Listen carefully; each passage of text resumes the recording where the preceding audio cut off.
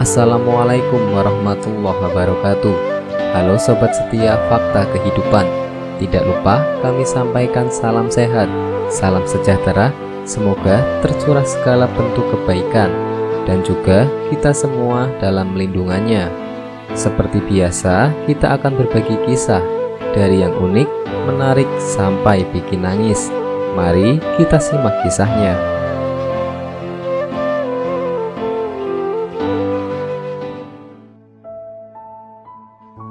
Kisah nyata, kejadian aneh di rumah sakit kota Bandung. Pria ini tak sadar ditemani makhluk halus penunggu pasien. Merinding. Rumah sakit adalah tempat orang sakit yang mengikhtiarkan kesembuhan agar bisa segera pulih. Tidak jarang, setiap hari rumah sakit selalu penuh oleh pasien yang berjuang mengikhtiarkan kesembuhannya. Namun bagaimana jika rumah sakit, tempat yang seharusnya berfungsi sebagai sarana kesembuhan, malah menjadi sarang atau tempat yang dihuni oleh makhluk tak kasat mata? Seperti kisah nyata yang dialami seorang warga yang bernama Galih. Ia menceritakan kisah menyeramkan yang pernah ia alami. Kisah nyata Galih ini ia alami pada tahun 2010 saat ia masih kuliah di salah satu universitas di kota Bandung. Walaupun kejadian ini cukup lama telah berlalu, namun kisah yang Galih alami cukup jelas terekam dalam ingatannya sampai saat ini. Kejadian mengerikan yang Galih alami ini terjadi di salah satu rumah sakit yang berada di Jalan Soekarno-Hatta, kota Bandung. Kebetulan rumah sakit tersebut sangat besar dan strategis, sehingga membuat rumah sakit tersebut selalu ramai dikunjungi oleh banyak pasien. Saat Galih masih kuliah, ia menyewa kamar kos di daerah Jatinagor. Dan kejadian mengerikan ini bermula di sini. Saat itu, teman kos Galih bernama Dika seketika keluar kamar dan tiba-tiba panik. Langsung saja, Galih dan temannya yang lain penasaran dengan apa yang terjadi dengan Dika. Akhirnya mereka menghampiri Dika dan menanyakan apa yang sedang terjadi pada dirinya. Menurut penuturan Dika, ia melihat sosok pocong di atas lemari pakaiannya. Sosok pocong itu menatap Dika dengan tajam. Mukanya hancur, hitam, dan beraroma tidak sedap. Seketika, Galih dan teman kosnya langsung mengecek kamar Dika. Namun, Galih tidak menemukan apapun dalam kamar tersebut. Mungkin Dika sedang bermimpi. Saat itu, ucap Galih dalam hati. Pada saat malam harinya, Dika masuk ke dalam kamar Galih dan menceritakan bahwa badannya dalam keadaan tidak enak. Bahkan, Dika sempat muntah. Saat itu juga, Galih memutuskan membawa Dika ke rumah sakit terdekat. Kebetulan, jarak antara rumah sakit dan kosan Galih tidak terlalu jauh. Setidaknya membutuhkan waktu 15 menit untuk menuju rumah sakit tersebut. Saat tiba di rumah sakit, waktu menunjukkan 22.00 dan Galih langsung menghubungi UGD agar Dika segera dapat penanganan.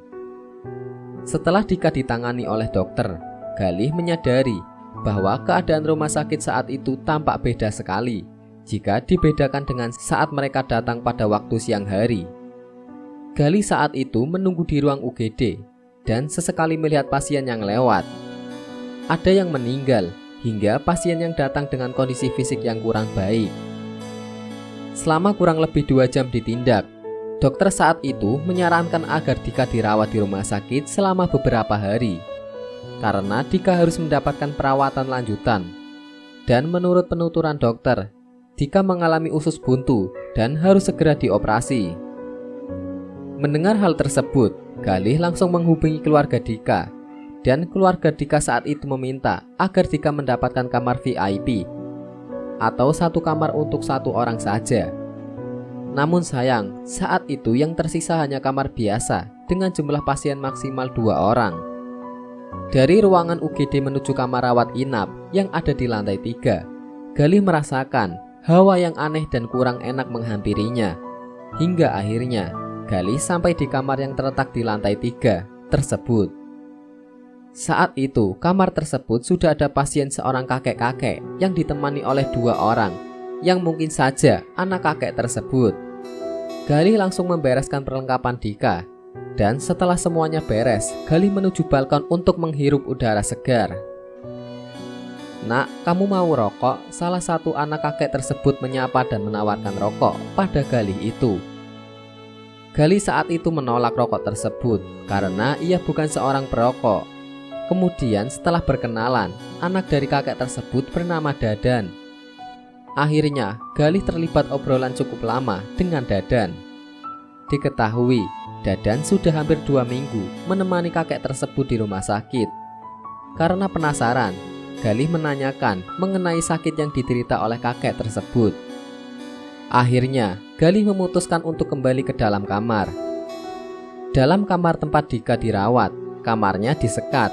Di samping masing-masing ranjang ada sofa kecil yang dapat digunakan oleh penjaga pasien untuk beristirahat. Malam itu, Galih tidak mengantuk sama sekali. Sekitar pukul 01.30 dini hari, Galih mendengar pintu kamar sebelah terbuka, seperti ada yang masuk. Dalam hati, Galih berkata, mungkin ada pasien yang baru masuk. Tak lama kemudian, Galih mendengar suara rintihan orang yang kesakitan. Dan sesekali minta tolong dengan suara yang lirih, mengatakan, tolong saya." Karena penasaran, Galih akhirnya memberanikan diri melihat ke kamar sebelah. Lorong rumah sakit saat itu sangat sepi. Tidak ada aktivitas apapun. Yang terlihat hanyalah kursi roda yang ada di samping kamar tersebut. Galih perlahan jalan menuju kamar tersebut, dan akhirnya ia sampai di depan pintu kamar itu. Galih mencoba melihat melalui kaca kecil yang ada di depan pintu kamar tersebut. Ternyata kamar tersebut ada satu pasien yang ditunggui oleh satu orang saja. Tapi ada yang berbeda. Orang yang menemani pasien tersebut berambut panjang sebahu, tidak rapi, dan seperti memakai daster panjang berwarna putih. Saat itu, Galih belum merasakan hal yang aneh apapun. Galih memutuskan kembali ke dalam kamar Dika. Tapi saat Galih berbalik dan melihat ke arah kursi roda yang awalnya ada di depan kamar, tiba-tiba saat itu kursi roda berpindah beberapa meter dari posisi awal. Galih mulai panik karena ketika Galih melihat ke arah kamar sebelah, Galih tidak mendengar suara kursi roda yang bergerak. Galih langsung masuk ke dalam kamar, tapi ketika ia melewati ranjang kakek dari Dadan, Galih tidak melihat siapapun di tempat tidur itu. "Loh, kok bisa kosong? Kakek dan kedua anaknya di mana?" ucap Galih dalam hati. Saat itu Galih hanya berpikir bahwa kakek sedang dipindahkan ke ruang ICU ketika ia sedang melihat ke kamar sebelah. Malam itu Galih mencoba untuk tidak memikirkannya, dan ia pun tertidur karena sudah mengantuk. Keesokan harinya, Galih dibangunkan dengan suara alarm HP. Saat itu Galih langsung cuci muka dan lanjut mandi. Keadaan Dika pagi itu terlihat cukup baik, dan Galih sempat mengobrol sedikit dengan Dika. Di tengah obrolan, Galih memutuskan untuk membeli sarapan di depan kantin rumah sakit. Saat berjalan menuju keluar, Galih melewati tempat tidur yang awalnya ditempati kakek. Tapi tempat tidur tersebut kosong, tidak ada siapapun di situ. Setelah membeli sarapan dan kembali ke kamar Dika, Galih masih belum melihat kakek dan dua orang anaknya tersebut kembali ke kamar. Dalam hati, Galih berpikir kakek masih di ruang ICU. Tidak lama setelah itu, Galih memutuskan untuk kembali ke tempat kos karena jam 1 siang. Galih ada kuliah dan akan kembali menunggu Dika setelah kelas selesai. Kebetulan saat itu ada beberapa teman yang akan menjenguk Dika di rumah sakit. Setelah maghrib, Galih kembali lagi ke rumah sakit untuk menunggu Dika. Hari ini adalah hari kedua Galih menemani Dika di rumah sakit. Galih melihat kakek yang ada di tempat tidurnya bersama kedua orang anaknya tersebut. Kondisi kakek tersebut sama seperti semalam, nampak sesak nafas dan tidak berdaya.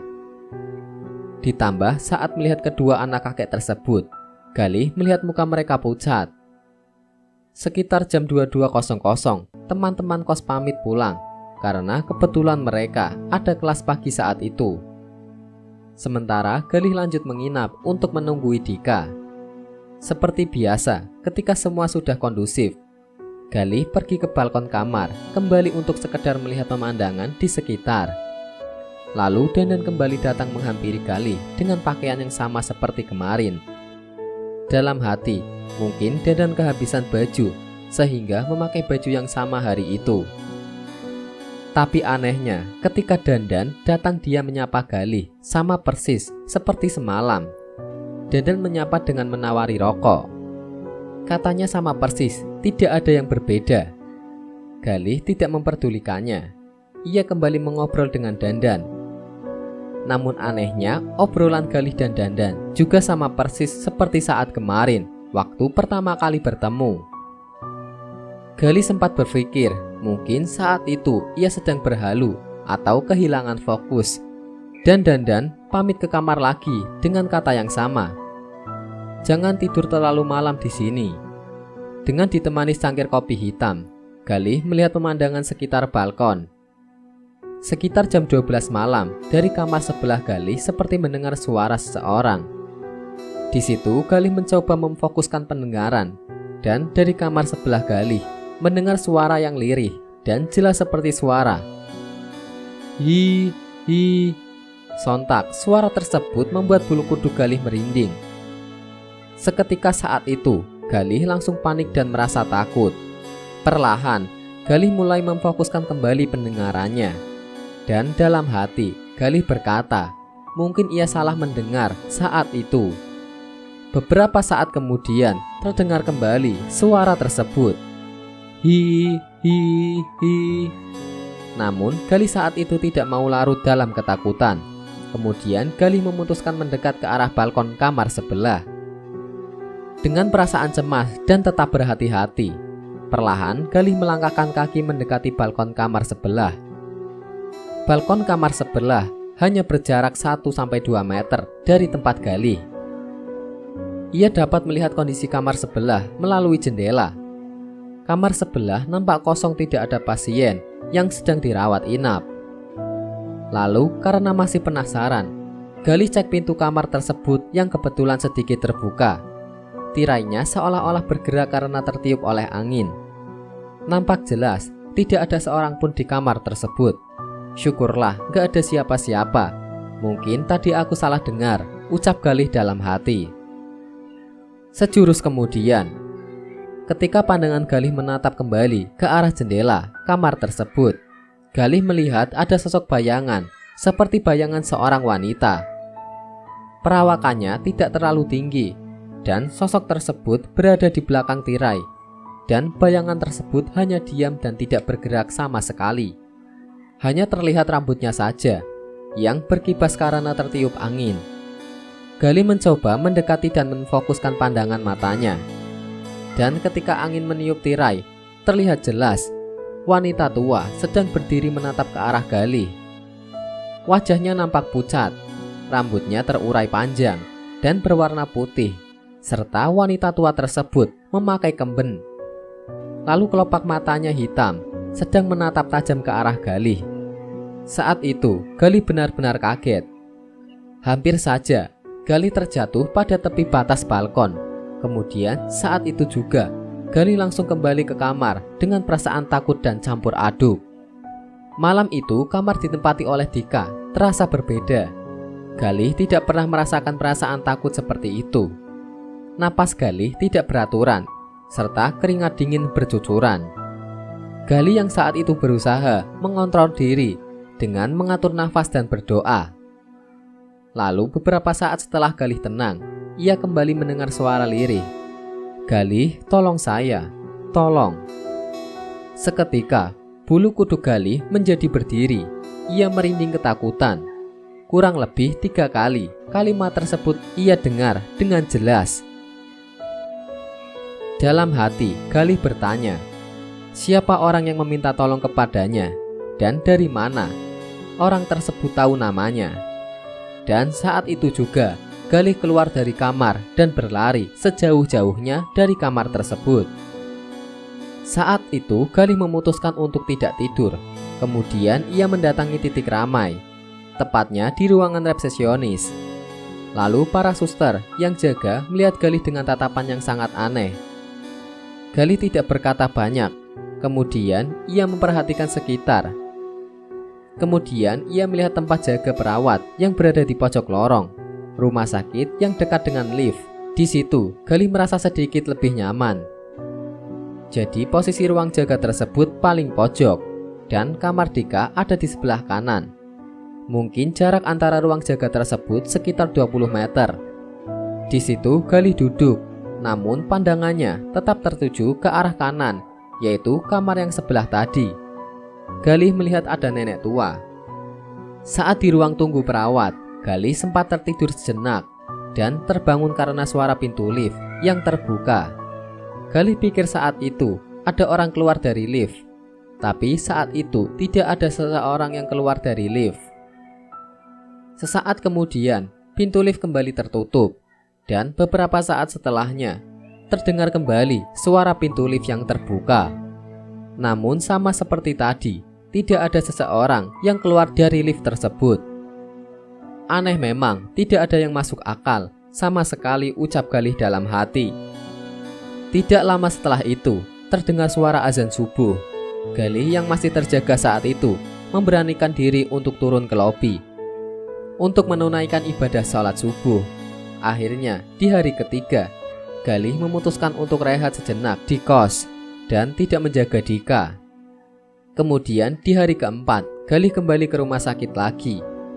Dan semoga kali ini tidak terjadi sesuatu yang aneh lagi, harap Galih. Setelah maghrib, Galih sampai di rumah sakit dan langsung menghampiri suster yang sedang berjaga untuk menanyakan perkembangan kesehatan Dika. Lalu setelah itu, Galih masuk ke kamar untuk menemui Dika. Setelah malam itu, kakek dan kedua orang anaknya masih dalam kondisi yang sama. Mukanya pucat, nafasnya tersendat, dan masih memakai pakaian yang sama juga. Dik, bagaimana keadaan lu sekarang? Tadi nyokap lu telepon gue, transfer duit buat kebutuhan lu, tanya Galih pada Dika. Kemudian Dika mengatakan bahwa keadaan saat ini sudah jauh lebih baik, dan Dika juga mengucap terima kasih pada Galih. Lalu mereka mengobrol sebentar. Setelah mengobrol dengan Dika, Galih kemudian ke tempat suster jaga karena ingin menanyakan total tagihan perawatan di rumah sakit Dika. Setelah keluar kamar, Galih bertemu dengan Dandan. Kang Dandan, gimana kabar kamu? Sehat? Tanya Galih pada Dandan. Namun saat itu, Dandan tidak menjawab pertanyaan Galih. Ia kemudian hanya duduk dengan wajah yang sangat pucat. Galih kemudian menutup pintu dan berjalan ke arah suster jaga. Saat itu, Galih dan suster-suster sempat mengobrol santai, hingga Galih menceritakan kejadian aneh yang Galih alami selama di rumah sakit ini. Salah satu suster senior yang ada di tempat jaga, yang bernama Mbak Nawang, ia terlihat serius mendengar cerita Galih dari hari pertama Galih menjaga Dika sampai malam ini.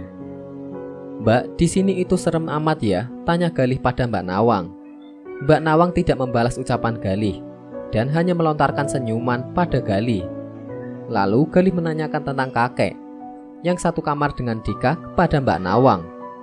Lalu kemudian Mbak Nawang memberitahu bahwa kakek itu menderita sakit paru-paru dan ia terlihat selalu sesak.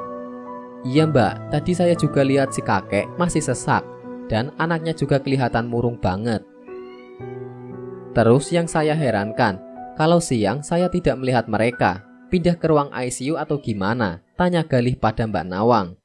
Namun kembali Mbak Nawang tidak menjawab pertanyaan Galih. Di situ Galih melihat perawat lain seolah membisik dan mengatakan sesuatu atas cerita Galih tadi. Mas yakin melihat kakek dan kedua anaknya di kamar?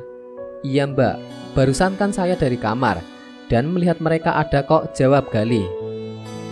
Lalu kemudian Mbak Nawang masih diam dan tidak berkata apapun.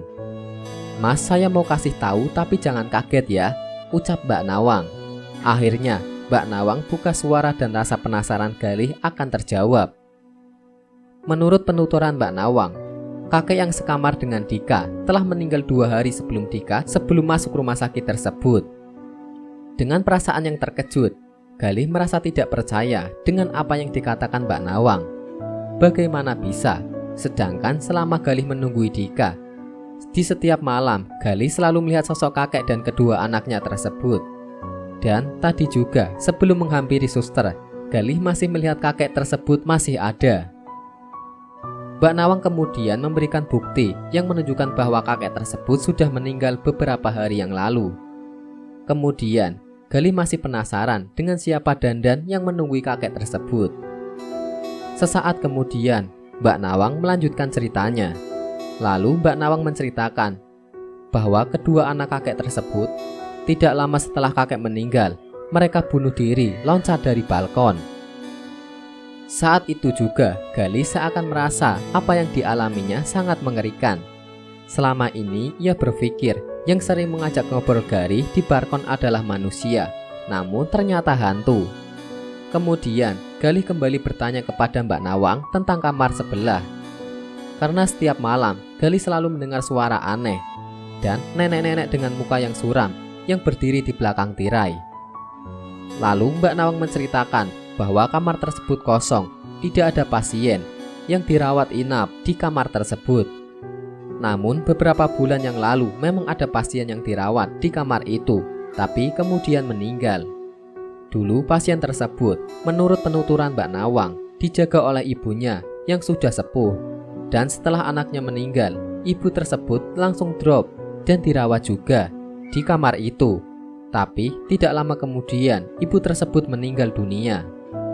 Malam itu juga Galih meminta kepada pihak rumah sakit agar Dika dipindah kamar. Lalu kemudian dibantu dengan Mbak Nawang.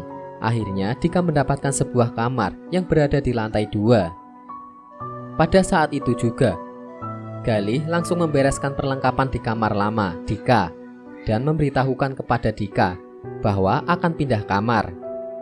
Perlengkapan sudah beres, Dika sudah bersiap untuk pindah kamar. Dan ketika Galih akan menutup pintu kamar Galih, melihat ke arah jendela, Dandan tersenyum ke arah Galih dan Dika. Dandan tersenyum dengan wajah pucat dan lingkar matanya hitam. Tidak ingin larut dalam ketakutan, Galih dan Dika langsung meninggalkan kamar tersebut dan menuju lantai 2 yang merupakan posisi kamar baru Dika. Untungnya, menurut Galih, di lantai 2 nampaknya biasa saja. Ia tidak merasakan sesuatu yang aneh. Saat itu, kamar hanya ada Dika dan Galih saja. Galih saat itu sengaja tidak menceritakan hal yang telah menimpanya kepada Dika.